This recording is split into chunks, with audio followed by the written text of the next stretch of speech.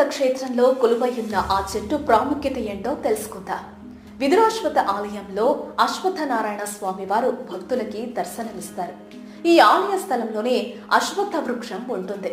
మరి ఆ వృక్షం అక్కడ ఎలా వెలుస్తుంది, ఇంకా ఈ ఆలయం యొక్క ప్రాముఖ్యత ఏంటి అనేది ఒకసారి ఇప్పుడు తెలుసుకుందాం. కర్ణాటక రాష్ట్రంలో సిక్బల్లాపూర్ జిల్లాలో పెన్నా నది తీరాన, ఆంధ్రప్రదేశ్ రాష్ట్రంలోని అనంతపురం జిల్లాకి ఒక 15 కిలోమీటర్ల దూరంలో ఈ ఆలయం అనేది ఉంది.